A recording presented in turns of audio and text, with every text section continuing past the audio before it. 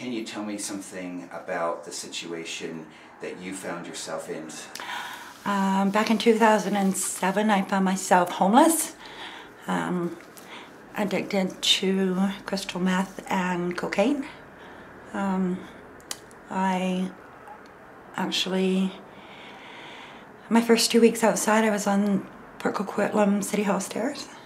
And I graduated to a small little plastic tarp in Lions Park. I then moved from my little plastic tarp to another area by Coquitlam River, just up from, or kind of down from Trinity United Church. And I had a 60 by 120 tarp that I lived under for a while. And after so many holes in my tarp, I got a tent from someone, so that was kind of a bigger step up for me, where I could be enclosed and just feel a little bit more safer. And so I stayed outside for a year. And I was really tired of living outside, and because it was cold in like September and October. And what led me actually to deciding to come into the cold wet weather mat program was my outreach worker at the time. She had come up to me and asked me if I would do a newspaper article about being a woman living outside and also being addicted to drugs. And I said, sure, as long as my name and picture was not put in the newspaper. So she said, sure, right? And then all of a sudden I'm doing the interview, and a car pulls up and there's a gentleman getting out with big, huge cameras. And so anyways, my picture wound up in the newspaper and my name. And I just, I was still using at the time. And that went pretty well. And my outreach worker actually asked me to do a council meeting. They were just starting to get the cold wet weather mat program going for the churches. So I said, sure, you know, because we had nothing in the Tri-Cities for the homeless to be safe and have, you know, being warm and have food in their bellies right at nighttime. And so I started doing that, and I went to a couple of council meetings, and, you know, I figured it was a good idea to actually participate. So they opened up in 2007, December 2007, and of course I didn't go for the first couple of weeks. And then once I got started into it, I felt a lot more safer. And I figured it was time to change my life. So I continued on with the shelter and until March. And for one thing, it really did save my life. If I didn't participate, I'd probably be dead by now. So I'm really grateful for the churches opening up their doors to us and not judging us. And you mentioned a moment ago that you felt safe enough to participate. Mm-hmm. What were the fears that you had about not being safe that stopped you? It's really hard to live outside and being a woman. Most of the people that live outside are men, so they're a lot more stronger. The fears that I had were being left alone and not having anybody around to protect me if anything happened.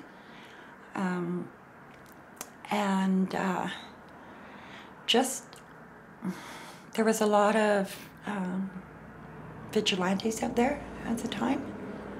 So they were coming up to the campsites and threatening. And, you know, it is scary, especially when you are a woman. Were you ever physically attacked? No, I almost was so. And the reason was because of my big mouth. Yeah, and I was verbally threatened, but they backed off. So I was pretty lucky there. But this is part of living outside. There's a lot of fear. So there's the fears of actually living outside and the inherent danger in it. Exactly. Did you have any fears or concerns about actually coming to either the shelter program here or seeking assistance of whatever nature? Of course I did. Because it's change, right? And change is very difficult for a lot of people, whether they're normal people, or if they're in addiction. It took me a while to kind of get comfortable. Probably maybe about 2 weeks to get comfortable, and not knowing anybody really that were helping us out, right? Like, I knew all the homeless people from our area, so it was a little bit comforting there. But walking in to a church and have church volunteers, serve us and make us feel welcome and not judge us. I mean, that was one of my hugest fears, was that people were going to judge me for what I was. And I soon learned that wasn't the case, that they opened their arms up and just were really, what's the word, really compassionate about how we felt, right? And they didn't push us under the carpet. They treated us like we were human beings. And for that, I'm truly grateful for that. Yeah, I'm truly grateful. I'm going to cry.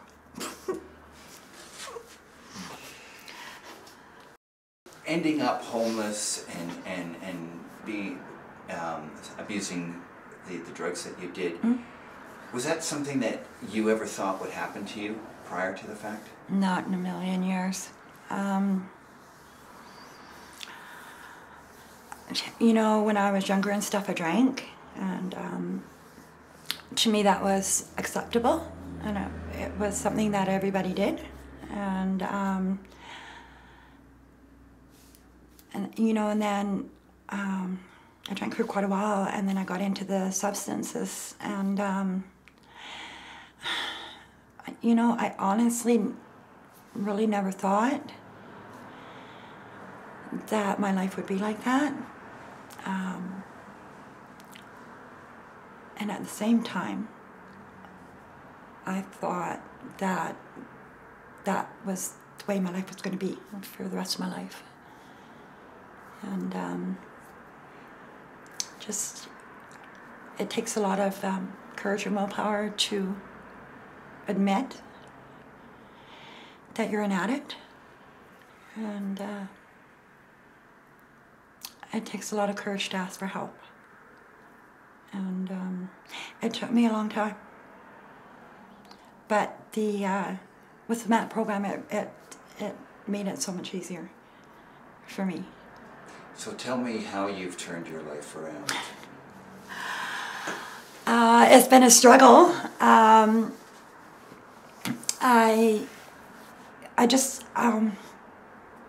made a decision to get a better life, and what that entailed was going to meetings, so NA, CA, AA meetings,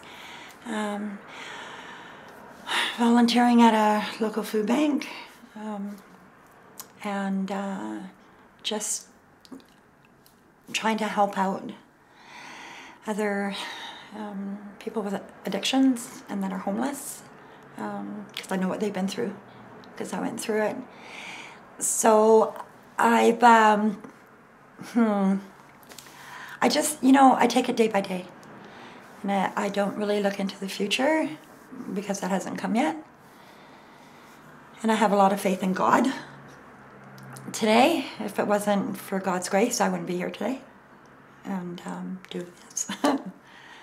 And being able to help other people, right?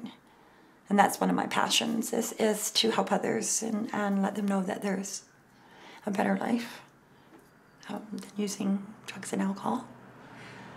How much has your religious faith played a part in giving you the strength and the courage to do the things that you've done for yourself? It's a tremendous amount. At first, it wasn't. I knew there was a God. I was mad at God for a while.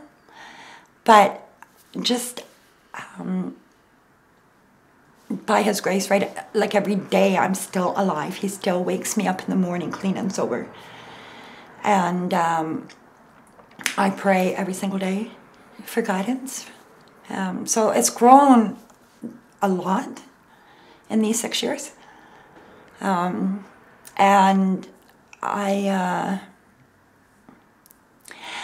just so thankful, that I'm here today, right? And if it wasn't for my past, I wouldn't be the person I am today, and having the faith that God has a bigger plan for me. And, I just have to take it slow.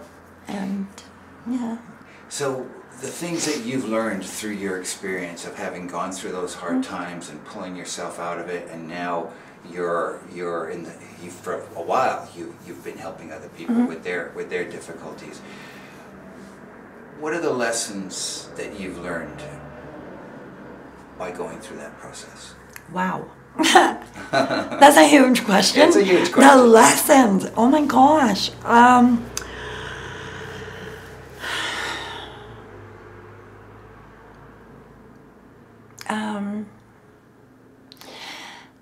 I guess most of the lessons that I've learned is like to be open-minded, to have acceptance of whatever comes my way is for a reason. Being honest, which is huge, about how I feel. Just trusting the process, and just realizing that things happen for a reason, and I just have to go with the flow, right? And just live my day one day at a time. That's all I can do, right? So those are my lessons that I've learned. And just be kind and, have a smile on my face and be understanding, empathetic. There's a lot. It's hard to put in words, but there's a lot that I've learned, right? And I still have more lessons to learn. So this is an ongoing process for me. It's called life. It's called life? Living on life terms? Yeah. Okay, great. Let me just see here. Well, kind of taking off from what you've just been talking about, for people who are going to watch this video, what do you think, be it about your experience or the MAP program or any of the other programs that are attempting to assist people, what do you think it is that it's most important for someone watching this video? What's most important for them to know? Oh, wow. That we are people. We deserve respect.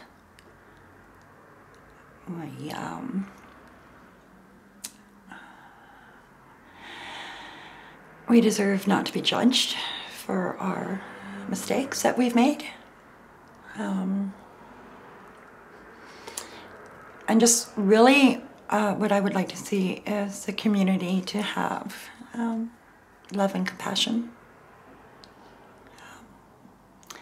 for the homeless and also for people with addictions. And, just to help them. And, understand that we are human. We do make mistakes, just like everybody else. And that would be huge. That would be really huge. So what are the misconceptions that you think a lot of people have about people who are homeless, addicted? Most of it is like we're thieves. And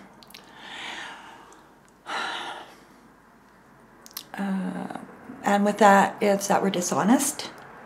That,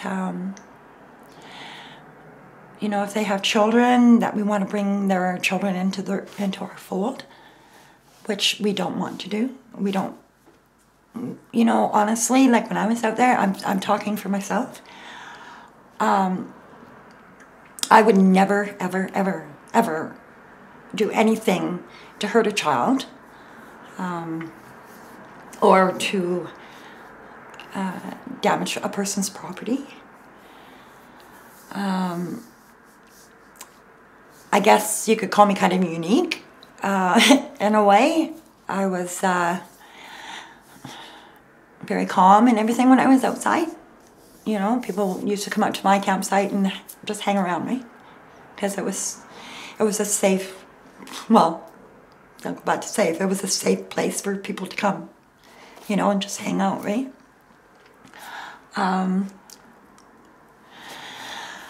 And it's, you know, it's just that the community does judge us, and if they could just put their pride aside and just understand that we are people. You know, we're not just mistakes. And you know, I just want them to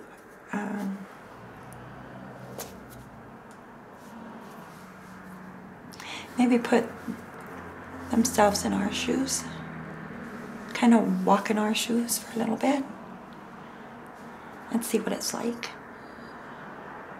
Because there's a lot of people out there that are one paycheck away from losing everything. Losing everything. And that's the hardest thing, is losing everything that you have. Like your respect, your dignity, your self-worth. It's hard. What's your, I mean, I read an article, and you were speaking a little bit before about your daughter. What's your relationship with your daughter like now? It's awesome. When we were using, she was actually 6 months pregnant, and she was living outside with me. And our relationship was very, very toxic. We enabled each other while we were using. And now that we're both in recovery, it's taken a bit to get our relationship back, but we do have it. We have a loving relationship. We have our ups and downs. But it's hard to say. I mean, I have my daughter back, and she has her mother. So it takes work. And you've got a granddaughter, too. I actually have 3 grandchildren. My first granddaughter is, she'll be 11. And she, I don't have her with me. She went up for adoption. I have a 6-year-old grandson who will be 7 in November. And I have a 4-year-old granddaughter that will be 5 in September. What are the things that you want your grandchildren to know about what really matters in life? Just be loving. Be respectful. And right now, for them to be kids. Just be kids. Yeah. What does being a kid mean? Well, just having fun, playing, you know, just, I don't know, just being joyous, you know, just having smiles on their face, right? And that means a lot to me, to see the smiles on their face, you know, and the big hugs, you know, that I get when I see them. And just, you know, that they can be whatever they want to be when they grow up. But right now, they just need to be kids. Yeah. I get that joy is something that is much more in your life than it was in the past. That's absolutely true. Can you tell me a little more about that? Okay. When I was growing up, I came from, for me, maybe not for somebody else, a dysfunctional family. My mom was sick quite a bit. And my dad, well, he was present in the house, but he wasn't there for me emotionally, spiritually, mentally. He was just physically there. So for me, that was an abandonment. I kind of figured that out a little bit later on in my life. He started doing things with me when I was 11. And he passed away when I was 12. So there was another double whammy of abandonment. So for me, there wasn't very much happiness in my life. I was always shipped off to, when I was younger, to my grandparents or to aunts and uncles. So it wasn't really a, how would you call it, like a close-knit family. So when I was growing up, I went out and kind of found my own love. And that's how my journey started when I was, just after he died, so when I was 12. And I continued on that path, trying to find the joy and the love that I deserved, and never found it. So that led to the alcohol, that led to the drugs.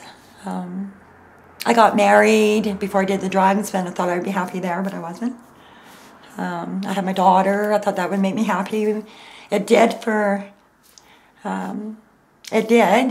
but it wasn't enough for me. I guess it wasn't until I actually realized that I didn't have a life, that I was able to bring happiness to myself and bring the joy into my life. And I'm working on that. I'm really working on that. It's you know, I'm a lot happier than I was when I was out there, but I have a long ways to go.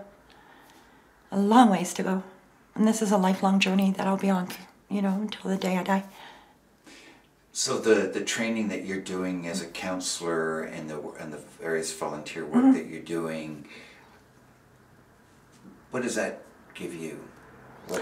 It gives me great joy, knowing that I can actually be there for someone, like someone was there for me when I first started into recovery. You know, I can be empathetic, I can be compassionate. I know where they're coming from, and I know the struggles they're going through, and it really, it warms me so much that people think that, you know, I'm an inspiration. And to me, I don't see it that way. I just see it as I'm just being me, you know, and I'm just trying to really help out people that are struggling, and just let them know that, you know, there is a better life out there than drugs and alcohol and being homeless. And yeah, it's just a passion of mine. And it just fulfills me, you know, knowing that maybe I can just change one person in this world to take that leap of faith and hop on the train.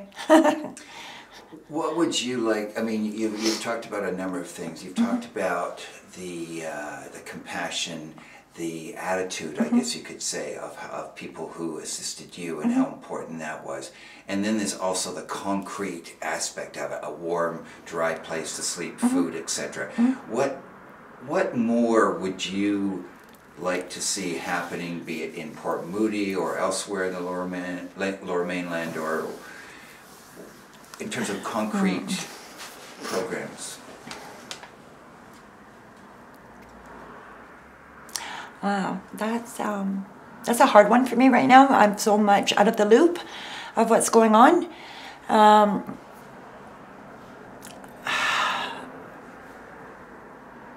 Well, for one thing, I'd like to see more housing. You know, whether it's like a little studio or something like that. I'd like to see a shelter full time, you know, like, so it's not just a seasonal. I'd like to see more like addiction counseling, like one-on-one addiction counseling. Wow, I just honestly, I think maybe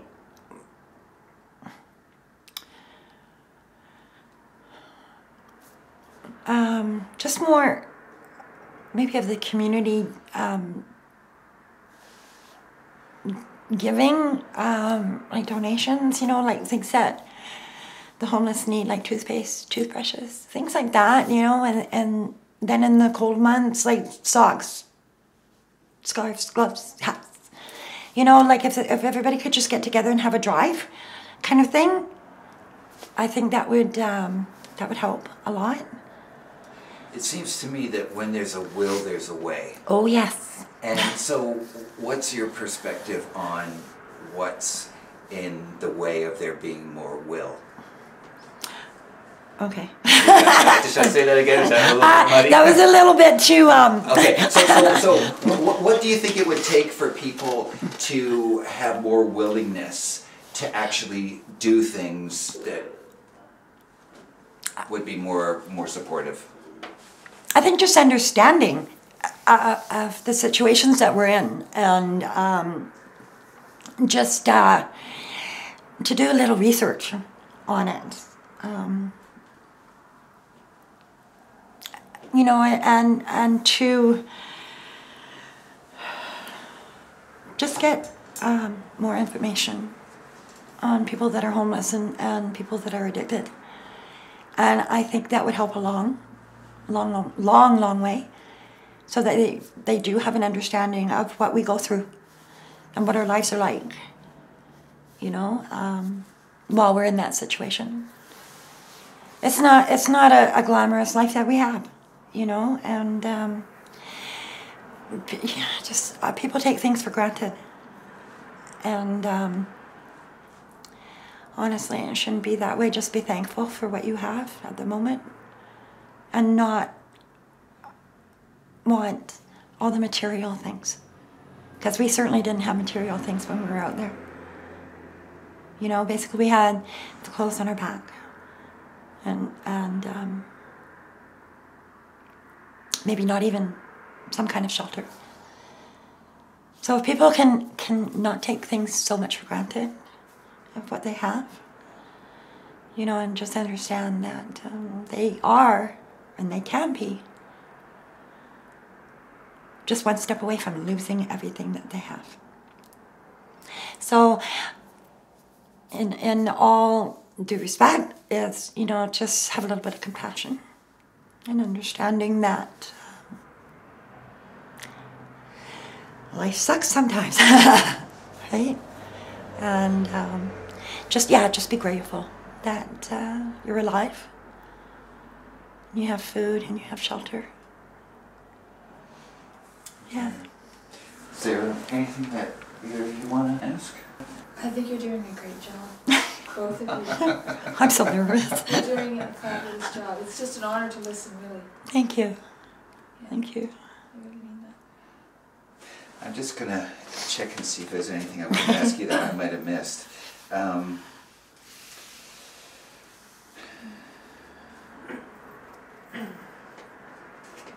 Is there anything that you would want to say that you haven't been asked?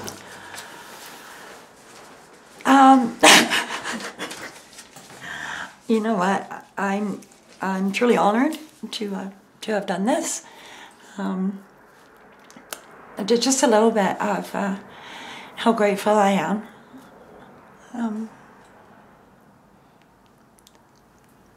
That I have this life that I have today. And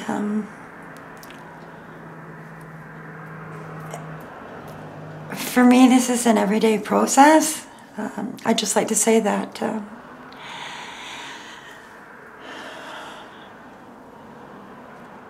I'm really, truly grateful for my past. And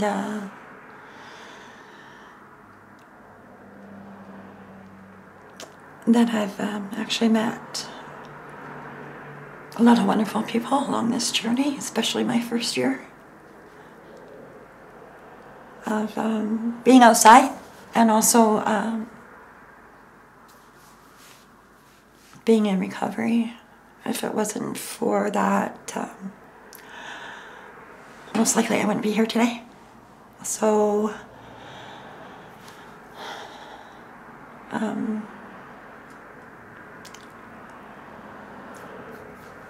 I really just don't know what to say. I just, yeah, I'm truly grateful.